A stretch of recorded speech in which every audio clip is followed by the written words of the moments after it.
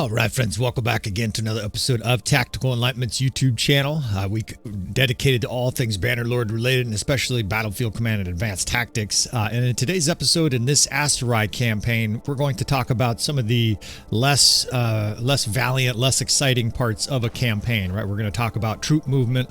We're going to talk about logistics, management of nobles. We're going to talk about a wide variety of different subjects here. And because it's not going to be the fastest, at least initial start to this episode, I will probably mix in some historical anecdotes. Now, I want a different shield. A big round shield like this really shows off the brilliant red and black colors for Wazu, so we've made that change. Now, we destroyed the sturgeons here, destroyed the Khazate here with the help of the sturgeons. The Aserai are still at war with us, 33 days since we declared our independence, and our good friend Guzid here is probably ruminating an attack on us. We've already thrashed them several times. To the east, or to the west rather, the Valandians are still conceivably a threat, and the Khazate obviously are our current enemies we're dealing with, right? I expect the Khazate to begin more attacks. We shall see where it occurs. Now, that said, sometimes the best defense is a good offense. So in this episode, what I'm actually going to do is take the war to their territory, right? We are going to launch up into Khazate territory. Instead of going to take back Vostrom, which is a city they took in the middle of our realm, I'm going to launch an attack on their kingdom, basically putting the pressure on the enemy. Of course, it helps that they're at war with Sturgia here. They may even have to deal with Sturgeon attacks. So that is something we want to take that brief moment where they're occupied and seize that time. Now, just while I level out my prisoners here, a lot of times I skip this, but I'm going to ramble a little bit. Campaign strategy is a vital part of Bannerlord and any kind of strategy game like this, a real-time strategy game or a game like the board game Risk. A lot of you guys are probably way too young to know what Risk is, but it's the most basic type of strategy game where essentially you're controlling territory, moving units around, and trying to decide where to attack, where to defend, and when. Much of it is feel, but I'll kind of explain my mentality in this stage here. I'm just going to try to do a few quests in the background. We'll see if my narration skills fail here. This is a little bit like riding a bicycle and juggling. Sometimes you're going to fall off the bike. Sometimes your balls are going to roll all over the place, and you're going to have to restart. Hopefully, I don't make too many critical mistakes here. Now, I'm just gathering up units here to send on a quest. This is a little bit perilous because the only units we have to send on this quest are high level, and of course if this quest fails, I don't think you get these troops back. So this is a little bit dangerous, but I think it said it was 15% likely that he'd fail. So we'll take some chances here. Now, campaign strategy, like I said, right, since the Khazate is pushed back, right, it's almost like a boxing match. We've blasted the enemy when they tried to attack us. Now it's time to go on the offensive, right? And one more accurate term is we've counterpunched and been jabbing while they tried to roundhouse and knock us out. Now they're off balance, and we've got them against the ropes. We're going to go in for the kill here, right? So we're going to collect some troops here, collect some armies, and then I think we'll head to Odokh. I'm probably going to go right past Erzenur Castle. Erzenur Castle is a castle I'd like to own because they're right next to each other, but I think we'll go for the city first.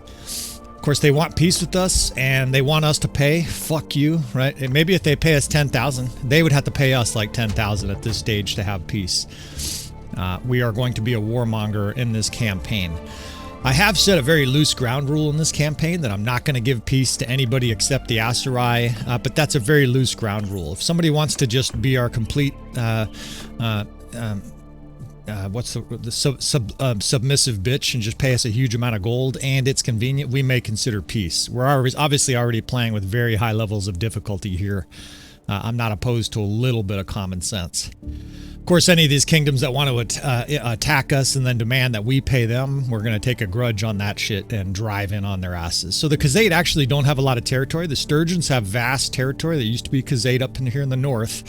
And in a way, of course, this is like picking on the weak kid at school, right? We're gonna be the bullies here. Hopefully there's no mass shootings in our game. Oh shit, that's amazing. Coraine is pregnant. This is Caladogh's daughter, and she must be like 42, 43. That's pretty awesome that she just got pregnant. So that's highly abnormal. 44, and she's expecting. Now, the kids in this campaign are not going to matter, but that's a nice development. That's kind of I'm sentimental to the notion that this older gal just got pregnant. That's a good thing. So logistics, right? We are moving a very large army in this direction, and there's some advantages to that. Of course, our homeland is defended by the garrisons alone. We have 0 armies in our homeland, so we're quite vulnerable. If the Aserai attack, we're going to be in trouble. But my thinking of this is simple. These units that I'm with, when we take this city, some of those units will dump troops into the garrison, which we will then be able to use and have the versatility of movement. Here, I'm just making sure none of these Khazate forces get inside the city, right? You kind of take a roundabout way so that their scouting skill fails to see you. In fact, this person, right, you just juke and dodge until there's no defenders, because the last thing we need is for there to be tons of Khazate inside defending. 700's enough. Now look at the looters, right? That's still a function of that mod that I installed a long time ago. It's called like dangerous looters, and it is still functioning. Now this keep siege here, you know, we're gonna do this in as fast a manner as possible, right? I'm gonna try to set this up because speed is important here. We know we're likely going to be attacked.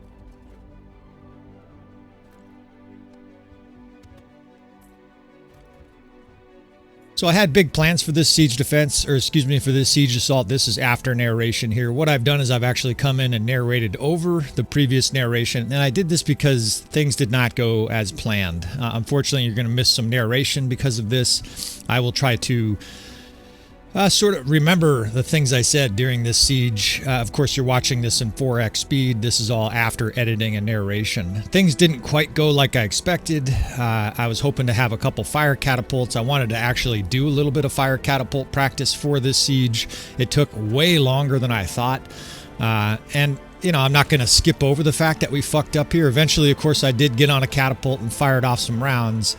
But Wazuban did prove that he is the son of Wazu, right? If you guys remember, or maybe you don't remember, you never saw the cutscene, but Wazu was incredibly reckless with catapults, and his son evidently is definitely the son of Wazu, right? He's got a little bit of erroneous catapult fire in him as well. So we caused a few casualties here, and then I quickly got off the catapult and was like, I don't know, it's one of those guys. Damn it, you guys are hitting our troops again. The fucking the Sultan here's got to do it all because you guys obviously don't know what you're doing.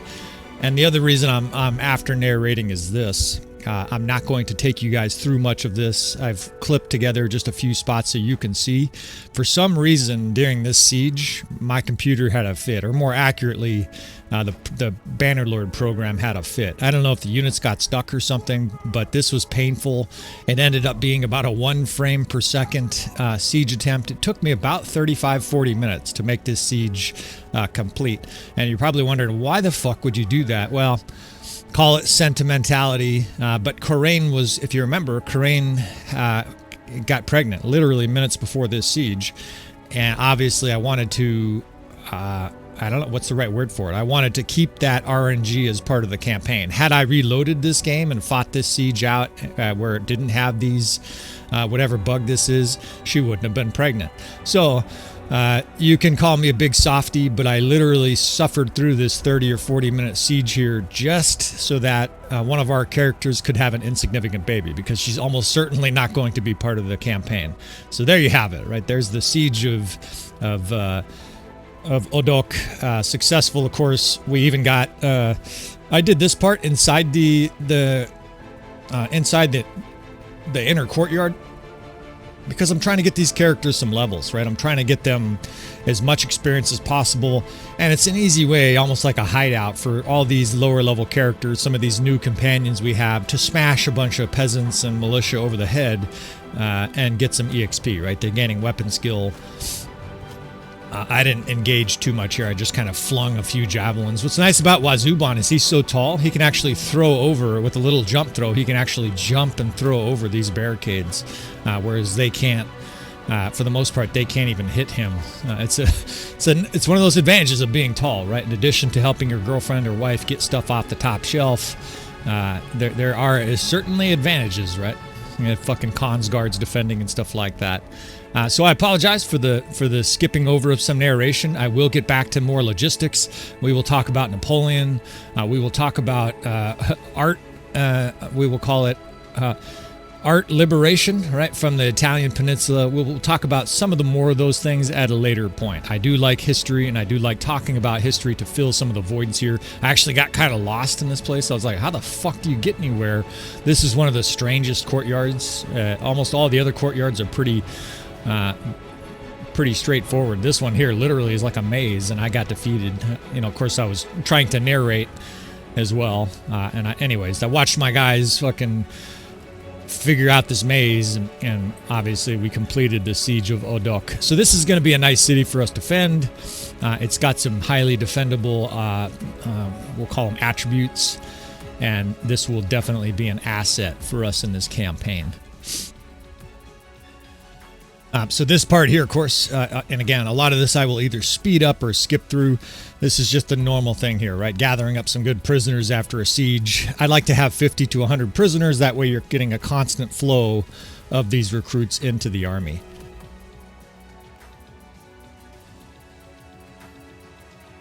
Bunch of sort of unexciting loot, a couple legendary pieces and stuff like that. We have really suffered for loot in this campaign, and what I mean by that is we don't have very many tier 5, tier 6 pieces of armor that are masterwork or legendary.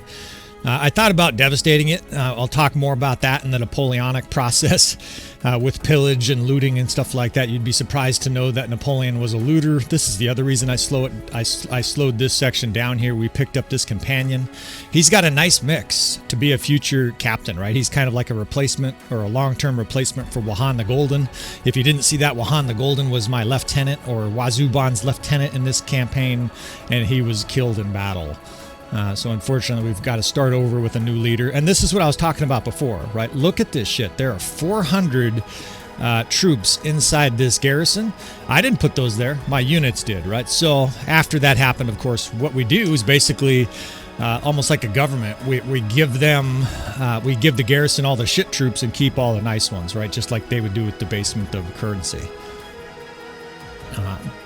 Looking for armor, all the normal stuff. I find this very odd to do the after narration for this. You'll have to kind of forgive me. And then we pumped a bunch of money and stuck a governor into Odokh. We have this Sasatha gal. It's perfect for this. All right. After the siege of Odokh, it was on to Erzenur Castle. Now, I dumped off a bunch of companions, as you can see there, and that's a strategy I like to enact right away. There's for some reason, I have to keep voting. I'm not sure if I've bugged my system or something. There's nobody else to vote for, and I have to vote. It feels really strange. But I like to dump off those companion armies near a city I've just taken for two reasons. First, I don't need them all to siege Erzenur Castle. And second, and by the way, look at this. So the Khazate and the Sturgeons are fighting, and we're just rampaging on the side here. The Khazate is obviously sieging Onyra, and the Sturgeons to the north are sieging Sironia. So this is perfect, right? This is basically like stealing money from two guys that are fighting in a bar. You just go over and get to their jackets and pull their wallets out while these guys are just throwing down, and then you casually walk out of the bar with all their money. Of course, that's an analogy. It's not something I recommend you do in real life. There'll probably be some consequences to that shit. Again, we'll speed this part up, but the siege of Erzenur Castle, all fairly straightforward stuff here. And again, just to finish that point, I like to let those companions out there for two reasons. First, they attack and destroy any small forces of Khazate that are nearby, because there's 6 or 7 of them. They can gang up on units. The other thing is, if the Khazate siege Odokh, in that scenario, what's very likely to happen is 1, 2, sometimes 3 or 4 of those armies to end up inside Odokh defending. Why? Because they're out there roaming, and all of a sudden a big Khazate force comes and the AI runs from bigger forces, and a lot of the times they will run inside a city. So it's an easy way to potentially add a garrison defense if Odokh is sieged. On top of that, of course, if and when we finish successfully sieging this castle, and don't worry, I'm not going to make you sit through this whole thing, especially with this over narration. If those guys survive, and as they likely will, we will simply be able to add them after this army. So it's a way of multitasking with those armies. Not only are they helping sort of keep our new territory safe, prevent villages from being raided, and of course defending Odokh, but as soon as we're out of here, as soon as we've captured this castle, we can then re-add them to the army as necessary. And the Napoleonic system, his process with the core system is actually remarkably similar to that. And I can cover that in 30 seconds or 60 seconds. Armies throughout the history of the world have figured out and tried various different things to relieve themselves of the burden of size. And basically the burden of size is something that we don't really think about today unless you go to like a football game or you try to throw a dinner party for 35 friends. The more people you have involved in something like that, the more complicated it becomes, right? You're sitting there, you've got 35 friends coming over for Thanksgiving dinner, and this guy's daughter is sick, and these people are coming late, and all four of these people want to bring a salad, and this person's a vegan, and the next thing you know, it's a giant headache. These people can't come till 4, the other people have to leave. 4 of the parties have to leave by 2:30 to go to some other stupid thing, and suddenly the whole thing becomes a highly stressful event. Well, imagine trying to organize an army of 10,000 or 30,000 or 100,000 troops, right? This becomes incredibly difficult. You've heard me talk about the span of control a lot on the channel. Span of control is essentially the maximum capacity for the brain to organize different armies and stuff like that. That's why we have a hierarchical command almost across the whole world when it comes to the military.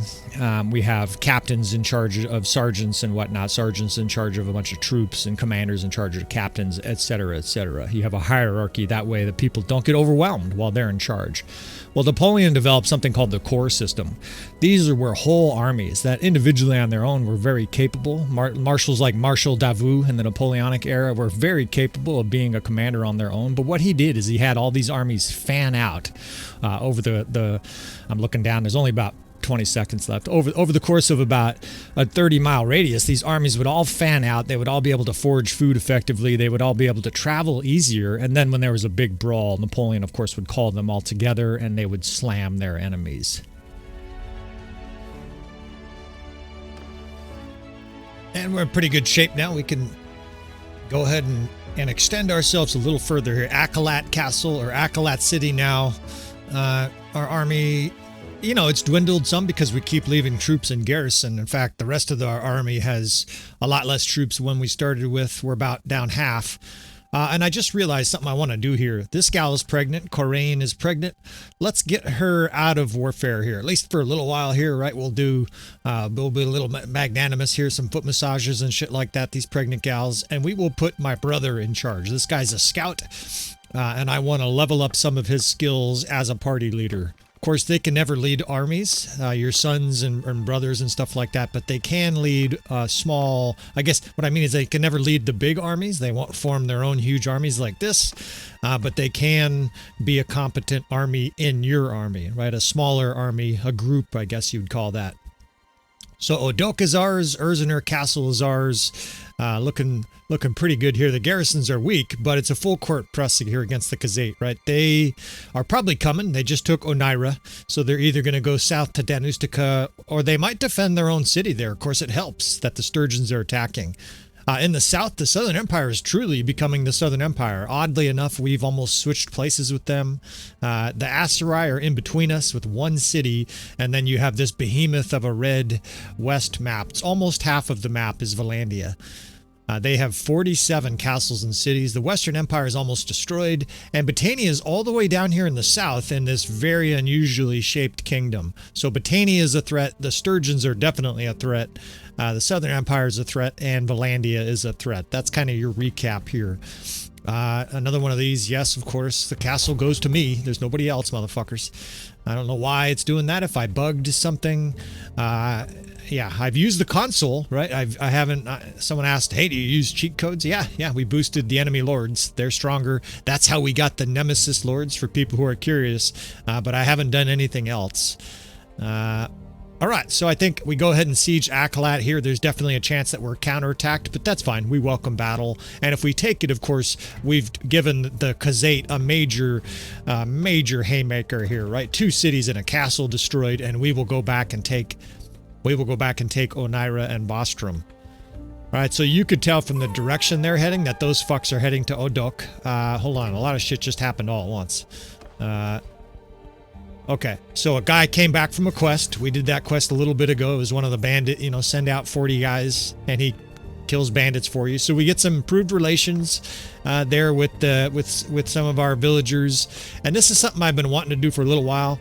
I added this guy to the army a little bit ago, and he's running around in fucking his fanciest town clothes, riding. He actually polearm. This guy's very similar to Wahan the Golden. His stats, right? So eventually we'll give this guy a polearm. For now, I just want to give this guy some semblance of a look of a warrior here. We're gonna hopefully develop this guy into one of our clan leaders. Maybe marry off one of our sisters to him. And hopefully he devastates the enemy with his powerful intellect and stuff like that. There was an Arabic Golden Age, right? The Muslim Golden Age or Arabic Golden Age in the 11th, 12th century, 10th, 11th, 12th century. And I should talk about that at some point because it's something especially Western civilization is not really aware of. Get this guy a stupid looking helmet here. Just trying to throw on, you guys will have to forgive me here. Just trying to throw on a handful of things here. He can throw some javelins. Man, we really got to upgrade our javelins. We got a bunch of tier 3, tier 4 javelins, bent fucking shit. I got to make a run around some of the Aserai cities. Of course, they're no longer Aserai cities, right? They are Southern Empire cities here. Some southern looking armor. He's got like this incongruous mix of different shit. He looks like he came out of the medieval second-hand store and just slapped on a bunch of shit. But I'm one of those guys that's form over function over form. I'm all about practicality. I drive an old car. I've had 2 cars in my life, fellas. I've had a beater car that I drove for like 10 years. The window literally wouldn't roll up all the way. I got wet when it rained. And then I bought a brand new Subaru Outback that I've been driving for 20 years. Just no car payment for 15 years. Anyways, we will leave that subject for another time. The bottom gist of all that is that I am a practicality guy first. Any single guy driving what effectively looks like a station wagon, doesn't give a fuck about the superficial side of life. All right, let's build some siege here and let's blow this city up. Now, they're heading to Odokh, but this is one of the major player advantages. There are player disadvantages, and I can cover both of those while we start this siege. Looks like quite a few Khazate are heading that direction. The AI takes days to siege down a city. It's a strange process. Basically, I think the producers of the game wanted to give you some chance to respond to cities under siege, because if it was as instant as us, you would lose cities left and right.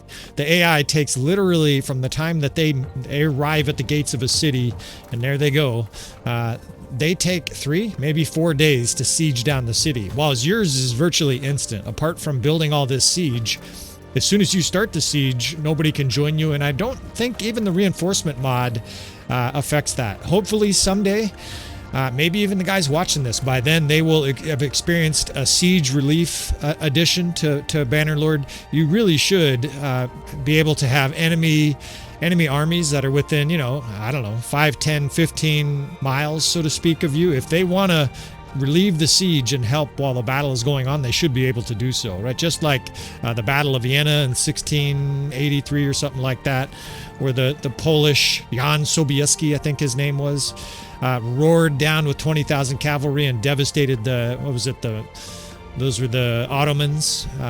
You need to be able to do that in Bannerlord, and unfortunately you can't. So that's a big player advantage, is that it takes days for the enemy AI to siege a city, whereas yours is instant. A big disadvantage is the enemy AI armies, literally, as soon as you capture them, a day, as long as they're released, a day or 2 later, they have a sizable army, especially with this strengthened AI mod. And that's obviously a huge boost compared to yourself. If you get captured, in my experience, it's 3 or 4 days before my army starts to reassemble anything approaching like what it looked like before, and usually it's not nearly as strong. So little intricacies like that are kind of odd. It is what it is, right? We have some advantages, they have some advantages. The AI is not terrific, but the AI also sees like a fucking, like a magician, right? If you come over a ridge and you'd be totally invisible behind trees, you will be shot at, right? The enemy AI has X-ray fucking vision. 1,000 guys all instantly dial you in and blow you up with their crossbow. Meanwhile, fighting one-on-one against the AI is generally child's play, right? There are advantages and disadvantages, just like any game. The developers do their best, and in this case they didn't do a terrific job. Can we hit them here? These guys are already hammering the defenders. But these advantages and disadvantages are there, and so we're going to use them, right? What is all that to say? Ordinarily, like in real life, we might have broken off this siege and gone and attacked that Khazate force that's heading to Odokh. No reason to do that. We have all the time in the world. We can fucking siege this city down, eat a sandwich, build some trebuchets, fuck the mistress, and then respond to Odokh. Get some flowers for our wife after we fuck the mistress. Right, you got to make these things right. Foot massages, all that kind of good stuff. My fucking troops are all jumbled up here. It's difficult sometimes to narrate. I should slow it down here until we get on the walls. I try to speed through these sieges, especially like this, where it's going to be fairly rudimentary. And a lot of these I'm either going to delete or just I will edit significantly. You guys understand that our army at this stage, especially with Wazu with 300 siege skill, we are going to be obliterating cities from this point on. Point is that we have all the time in the world to respond to Odokh. Not only do we have the time to do so, to siege this whole city down, even though they're arriving at the gates virtually the same time we are, but it's going to weaken their force, right? Because they're going to pound on the garrison for days. It's another advantage the player has. A very common, oh shit, these guys just came out of nowhere. That we can just, here, let's back our players up here. Let's rally on this little spot. It's almost like a peekaboo ridge, right? A reverse slope decline, and we'll get some troops up here before we make our assault. But it's basically a huge advantage that we can just wait until the enemy forces are dwindled down. Shit, they're bringing over tons of fucks over here.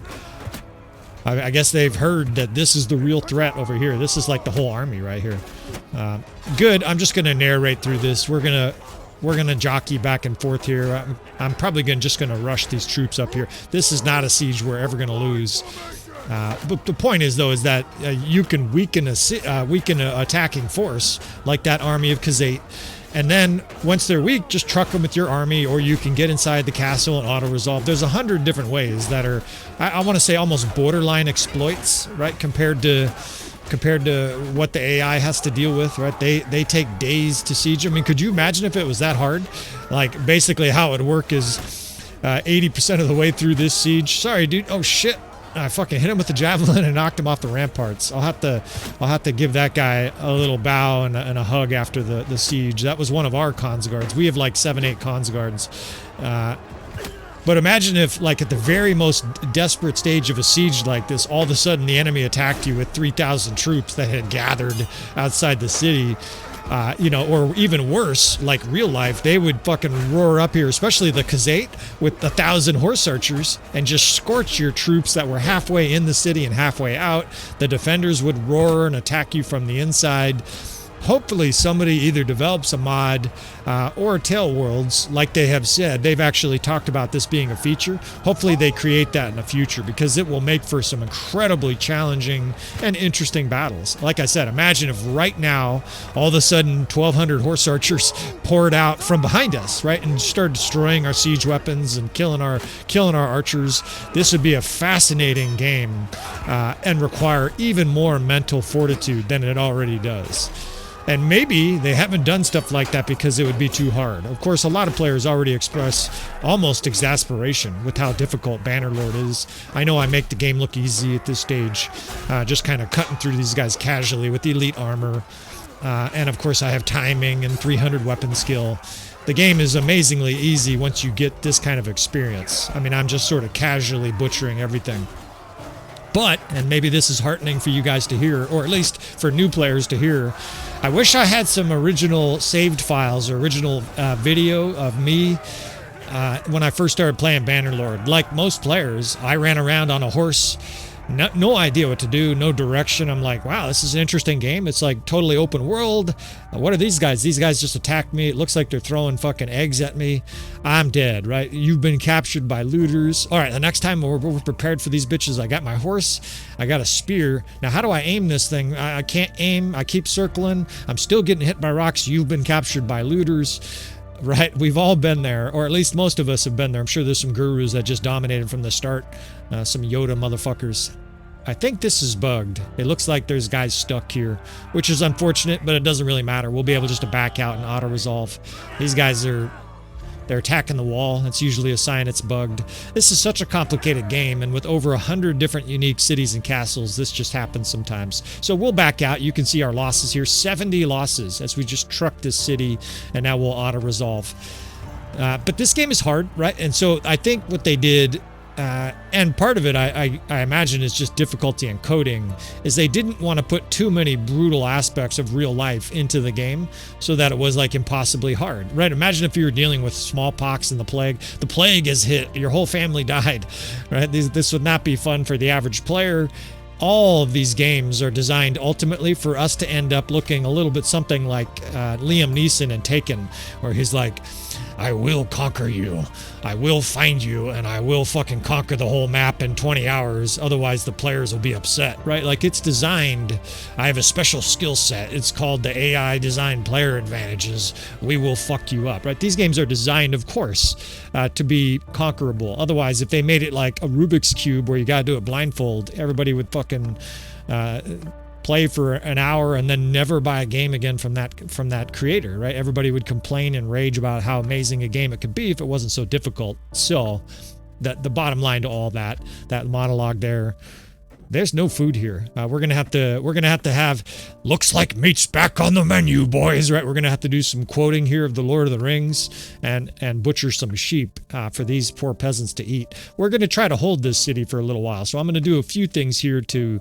reinforce it. But the bottom line is, of course, Bannerlord becomes easier, almost easy, once you have a lot of experience. Hence all the mods we're using in this game to make it that much harder.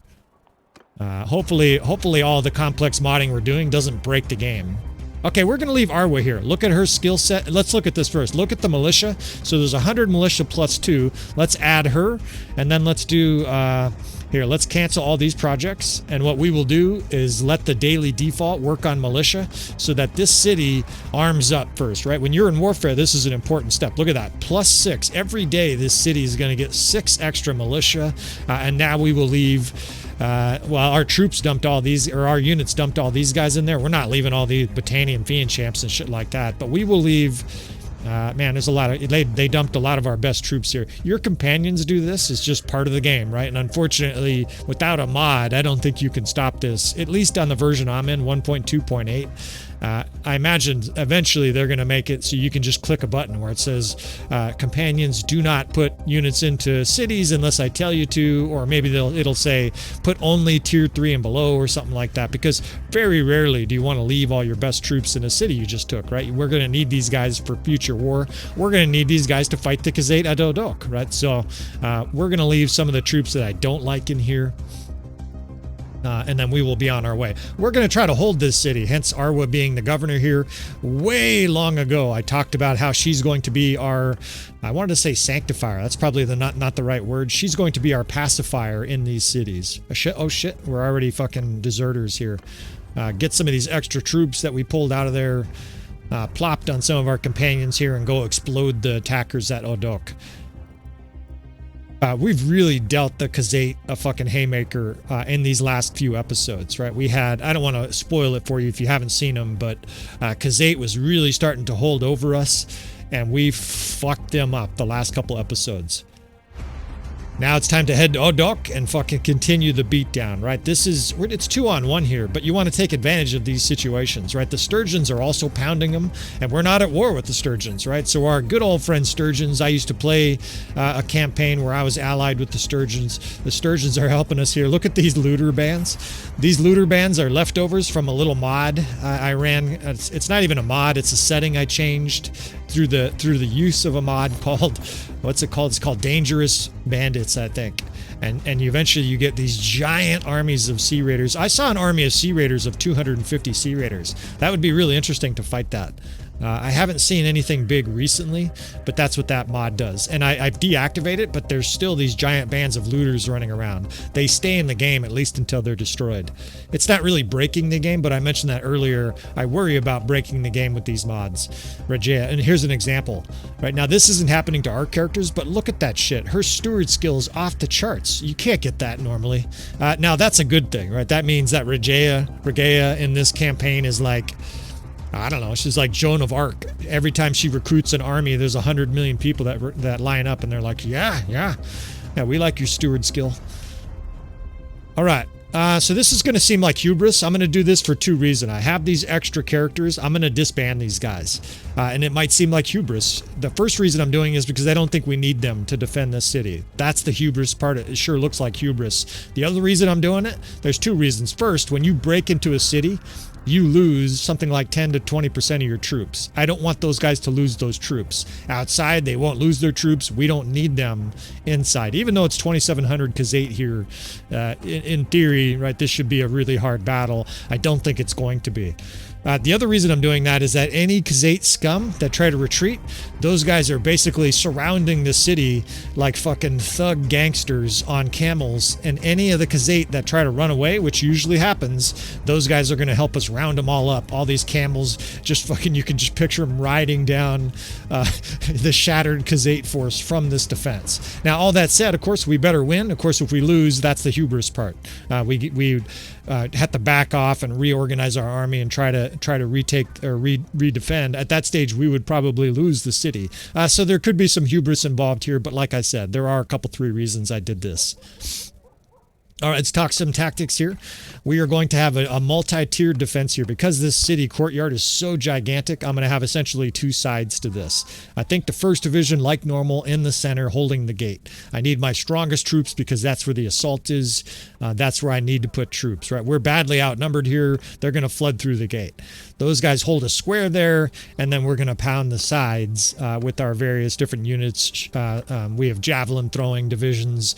I'm trying to get the 3rd Division all shock troops, and I want those javelin guys out of the 1st, but I can't seem to configure the settings to do so. I know there are mods that'll help with that, but I like to play Bannerlord without too many mods because a lot of you fellas on console, of course, are dealing with the same thing I'm dealing with here. Difficulty in separating your units.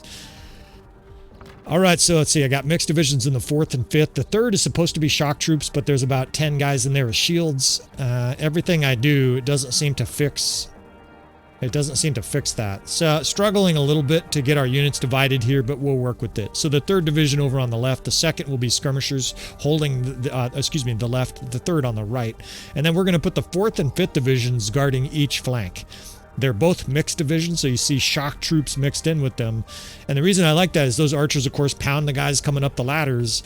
And if the side's in trouble, I can charge with those units. And the infantry, of course, will bellow and run forward, leaving the archers shooting. In the back here, the 8th Corps is basically an archer support division. Let's get the 6th also. We'll tuck the 6th in here kind of next to the houses and shit.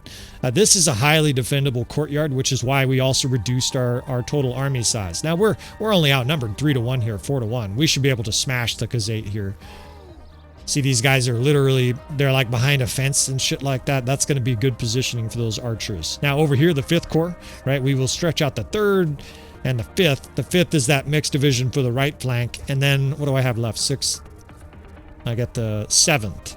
I got even numbers on the left, and we'll put the 7th and 5th division. It's actually 3rd, 5th, and 7th. That'll be easy to remember over here on the right. All the odd numbers, if you're wondering why I said it's easy to remember. And it's important, right, to give yourself some help when you have this many divisions because of the span of control, right? You see these guys have nice angles on those ladders as the enemy comes up. All right. That looks good. Let's shred these motherfuckers here. All right, what else? What else can we talk about here? Another relatively boring siege. I mean, we shall see. Maybe it'll get really interesting. I've talked about Napoleon a lot. Some of it happened when it was that incredibly juddery siege, which I'm probably going to edit out. So let me cover some of that again. Let's cover looting. Let's cover looting and war history. Of course, this has been a major theme throughout the history of warfare. Human beings, especially in situations where there's not a lot of law enforcement, and of course during war there's virtually no law enforcement, especially before the age where they started really, where there was cameras and shit like that. Like when there was nobody looking, people acted in the most despicable possible way. So Napoleon's campaign in the late 1700s, so 1794, 1796, This was at the very beginning of his rise, and it's a big reason that he did rise. The French were coming out of the French Revolution. It was chaotic. There weren't a lot of officers left in the French army, even though they had millions of people in their city, because a lot of them fled, right? There was the revolution. If you don't know, I can go into a longer narrative at some point or other. Of course, Westerns, especially American people, unless you went to college or had a really good high school, you probably know next to nothing. Or obviously, unless you've studied yourself, you probably know next to nothing about it. So Napoleon rose. He was a highly skilled artillery officer. He was already like a captain at the age of 27 or something like that, very early on, and they recognized his genius. Well, eventually started leading whole campaigns, kind of like we're doing here, right? He was rampaging and going through southern France and Italy, and basically started invading. The French Revolution and the wars that followed, the War of the First Coalition. It's called a coalition because all the different kings that wanted to stop the French Revolution from spreading to their country, right? Removal of the king. If you don't know, the French king was beheaded by the people. They're like, fuck this guy, fuck monarchy. These bitches taking all the food. Marie Antoinette, come with us. It was beheading, late modern period style. So things were chaotic, and the French initially on defense realized, fuck, we've got so many troops rallied now and such a head of steam, almost like this campaign, that they started getting aggressive. And one of the reasons they did that, it was twofold. It partly was like Putin's excuse for Ukraine. Oh, there's Nazis, right? So the French were like, oh, there's fucking royalists. These motherfuckers are committing conspiracies to invade France. So let's go into their territory and kill these royalists. In other words, like a retroactive assault. Let's kill them before they attack us. Motherfuckers, catch this then, if you're going to stop me from throwing it at your mates. All right, so I better get on with my story here, otherwise this siege is going to get messy. See if I can chew bubblegum, juggle, and ride a bike all at the same time. We'll pull this 1st Division over here. I want to explain this point. We'll get back to Napoleon and looting here in a second. 3rd Division here, 2nd Division over here. Now watch this shit. This is going to look sick. Fire your javelins. Watch this shredding. An absolute hail of javelins, and every Kazate over here gets shredded. Look at this lord. These guys have like 500-600 hit points now, and he won't die. This is going to be really interesting. Of course, you can't fix stupid. He just stood there and just ate 12 javelins. But look at how effective all these javelin throwers were. And of course, they were on hold fire until I pulled that 1st Division aside like that. I do that because you achieve the maximum KDR, right? These guys are completely defendable. The 2nd Division, the 1st Division's in a square, and that was highly destructive. All right, let's see if I can do this. It might get a little messy if I narrate, but we'll try to do it. All right, so Napoleon's put in charge of a large French army. Now, Napoleon wasn't even French. He was Corsican. I digress. I better stick to the subject here. If you can't tell, I'm highly caffeinated. So he's in charge of this army. I want to say it was 30,000, 20 or 30,000 guys. And he had some of his officers who became great marshals later on were part of this campaign. There were guys like Kellerman. There were some really strong guys that were with him, right? It wasn't a ragtag group necessarily, although one problem they had is that France was in chaos. Its financial situation was a disaster. They had all kinds of economic problems, and so these soldiers weren't being paid. They were hundreds of miles away from France, invading parts of Italy, parts of like the Turin area and the beautiful Piedmont, those parts of Italy. And most of Italy is beautiful, by the way. And I've never been there, just from pictures and studying it. It's just a gorgeous place, and who doesn't like sunshine fucking 15 hours a day? Oh shit, that guy literally got levitated straight up in here. I'll have to slow-mo that later. Again, we're trying to multitask here. It's gotten a little chaotic as they really did surge on this right side. So Napoleon's troops, they're not being paid. And of course, if you don't fucking pay people and they're being shot at with muskets, cannons, you can imagine what happens. This is not good for morale, right? Morale is vital in Bannerlord and in real life. It's not really that effective in Bannerlord, but in real life, it certainly is. And to get these guys basically to be loyal to him and to fight to the death against Italians and Austrians, etc., what Napoleon basically said in no fucking secret terms is that the lands we're going to are rich. There are plentiful rewards there to be taken. That's basically what he said. There's a really great speech. If you want to read it, I'm sure you can find it on Wikipedia or somewhere on the internet, and basically Napoleon's telling his soldiers, we can't pay you, but you can loot the fuck out of these Italians, right? You're going to be able to loot. Now, Napoleon hated rape and chaos. This fucking guy, die, motherfucker. I'm not fighting my best here because I'm trying to tell stories and shit. This fucking guy won't die, though. These Khazad are fucking tough, right? They have elite lords. This is turning out already to be a little more difficult than I thought. We're still in charge here, but it's fucking messy. I hear a mess at the gate. I better get over here and fucking see if it's blown open. It is blown open. I see fucking Khazaits rampaging everywhere. Well, I got a little sloppy here. Oh shit, almost fell off. Got a little sloppy here doing the old Napoleon narration. I'm going to keep going because I don't think it matters. I think we're still just going to be able to scorch them here. I will try to explain. Actually, let me explain this for 2 or 3 minutes here because this is important. A lot of guys who are using the kind of defense that I recommend for cities, this outer wall defense, they get to this stage and they're like, well, I lost. Your strategy sucks. Let me show you how to fix this shit. It's not going to be instant, but I'll show you. The first thing we're going to do is you have to close the gate. This is basically like the analogy is you have a giant hole in your roof and water's pouring through. Well, you don't fucking start cleaning up the water. You got to plug the hole, right? We got to plug the hole before we fucking fix all the water pouring in, right? We got to behead these insolent fucks. Our archers are scorching them pretty well, but I got to get this door closed. So what we're going to do is we're going to take any units that look convenient and we're going to shove them into a square at the gate. Once the gate is closed, or at least once the gate is highly restricted, then we can start working on setting up the same type of defense that we've built before here, right? The biggest key here is to not panic. Don't get killed, of course, because it'll get much worse. I'm at a quarter health here, but that's never stopped Wazu. He don't give a fuck, right? This is the son of Wazu. We're going to close this gate first. Once I have a little bit of order here. Okay, we just got some reinforcements. That's what I need. I need one of these divisions to have 15, 20 infantry in it, and we're going to be able to effectively shove them to the gate, right? You can put them in a square and then tell them, go here. So it's messy. Like I said, it looks messy. First division. Okay, so it's not letting me because I'm getting UI errors. What are we going to do? We're going to charge the gate and drag these guys in a square and position them right there. Like Winnie the Pooh, jam the fuck out of the gate. I'm not even worried about, well, I'm worried about, but I'm not even going to change anything, the fact that they're being attacked by these Khazad. Jam the hole. Now we can clean up all the water. The Khazad units even kind of look like water with blue. Let's fucking get our mops and our buckets and shit here and clean up all this blue. And already things look more orderly, right? Now that division took a beating getting there, but that's okay. All right, the next thing we want to do, of course, is reorder our divisions. Our archers came in a giant mix. Let's move this 7th. Again, I'm getting UI errors. Let's get the 7th basically right here behind these guys. And then once I have this archer division here, then we can start working on the flanks. I'm probably going to try to set up a pillar defense here with 2 different squares since the gate is by far the biggest threat. And things are looking pretty good. It may deteriorate again.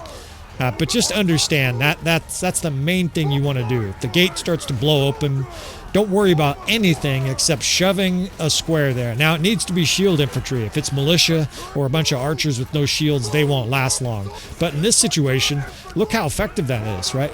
Now, it looks like they lost 20 or 30 guys getting there. That's okay.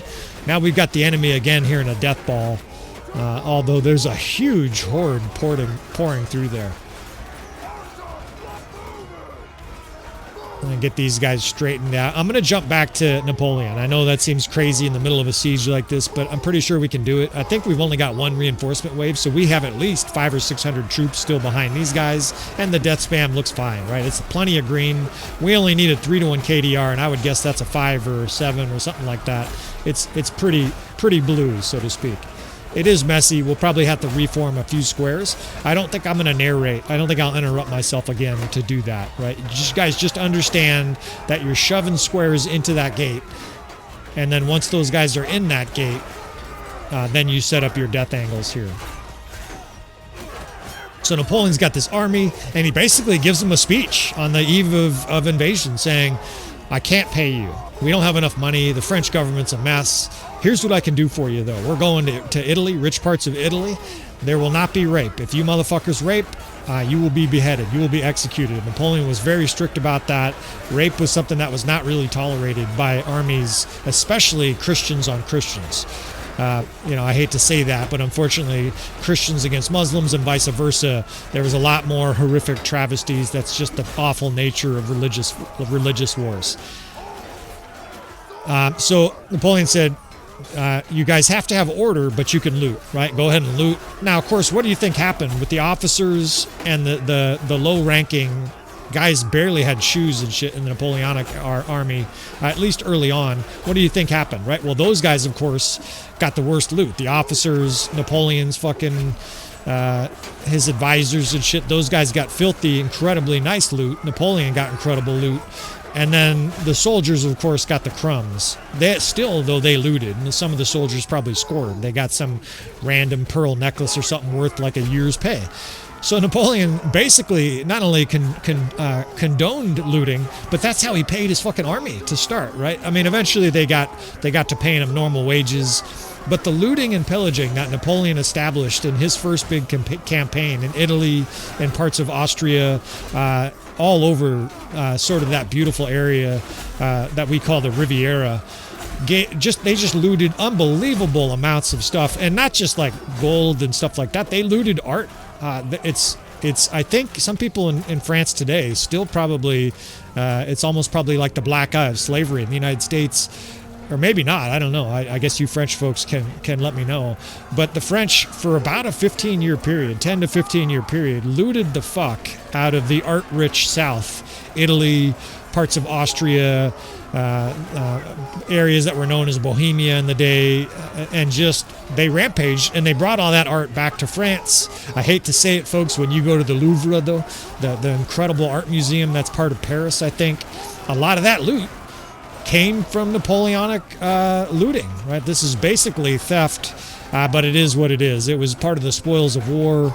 There were some of it was returned. It was part of treaties and shit like that after the Napoleonic Wars.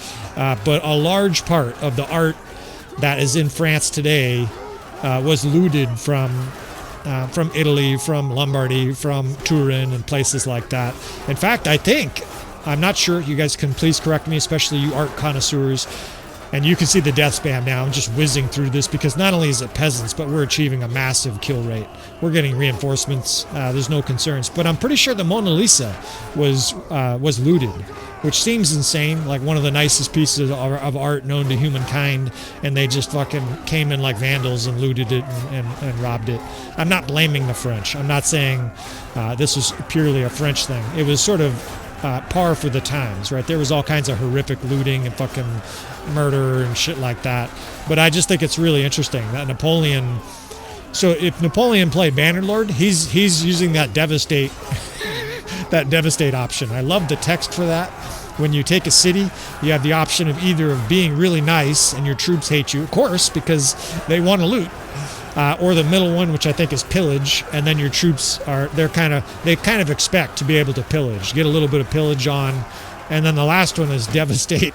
And devastate, the text for it is hilarious. It says, and you see how calm I am here? I can just tell a story because I've done this before. I know this works, and the enemy just fled, right? Victory, roar, everybody cheers. And we did lose not quite half our troops, but still almost a 5-1 KDR, despite all that messiness. No big deal here, right? Odokh is defended, and where's that mistress, right? She was looking saucy. Things look good there. We're leveling up some skills. Anyways, just to wrap up that point, when you and we won't do it here, of course, but when you ravage a city, actually we're not taking the city, but when you ravage a city, that's my favorite text in the game, is when you tell your troops to devastate, and it goes, your troops. We get a bunch of troops here. Your troops sweep through the city. I can't even say it. It makes me laugh so hard. Your troops sweep through the city, taking whatever they want and setting the rest on fire. I guess the reason. Look at this beautiful fucking thing. Okay, well, I've been bitching about not getting good armor. Look at this beast fucking a shoulder plate thing we got. I mean, I wish it was a full piece of armor. But that's badass. Wazuban, actually, you know what he looks like a little bit right now? I bet you guys are thinking it. He looks a little bit like the mountain from the Game of Thrones series with those giant those things make his shoulders and body look even bigger. He just looks like an absolutely unstoppable machine of death. So we're getting an autosave here, and I realize I better wrap this episode up, but it's fucking funny that you can just rampage and loot the city and set shit on fire. I guess the reason it's funny is because it's horrific, and as humankind, we generally laugh about things that are the most difficult to deal with, right? We laugh about poverty and stuff like the incest. All right, so those guys did exactly what I wanted, right? No Khazate is escaping. That Khazate army that ran, they got rounded up like dogs because we set those guys about like in a watch. The Khazate are in real trouble here, right? We've just cut them off from Oneira. Looking down. This is probably going to be next episode. This episode is now long. Wazuban is approaching level 40, right? It seems like a blink of an eye. He gets some tactics skills here. I'm not going to do the rest of the perks. In fact, I'm going to wrap this episode up. Of course, if you want to see more from this series, if you want to learn more anecdotal war stories, I've got more of that kind of stuff for you. Please comment and like and all that kind of stuff, fellas. And with all that said, I will see you guys next time.